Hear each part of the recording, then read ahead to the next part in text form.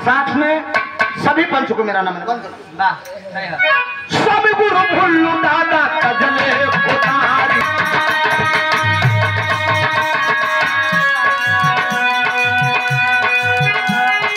सब गुरु भुल्लू दादा तजले उतारी, रामधार है गुरु माया को त्यागी।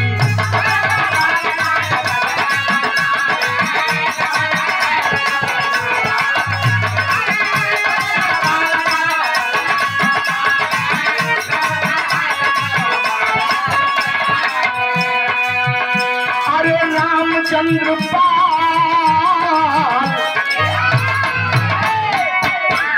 अरे रामचंद्र पाल, ये त्रिभुवन कैसा है वसूल।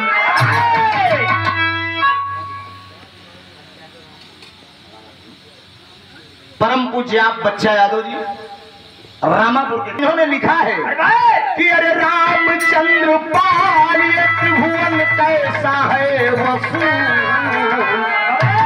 अरे रामचंद्र पाल, त्रिभुवन कैसा है वसूल। माँ हमको दे दो चरनिया की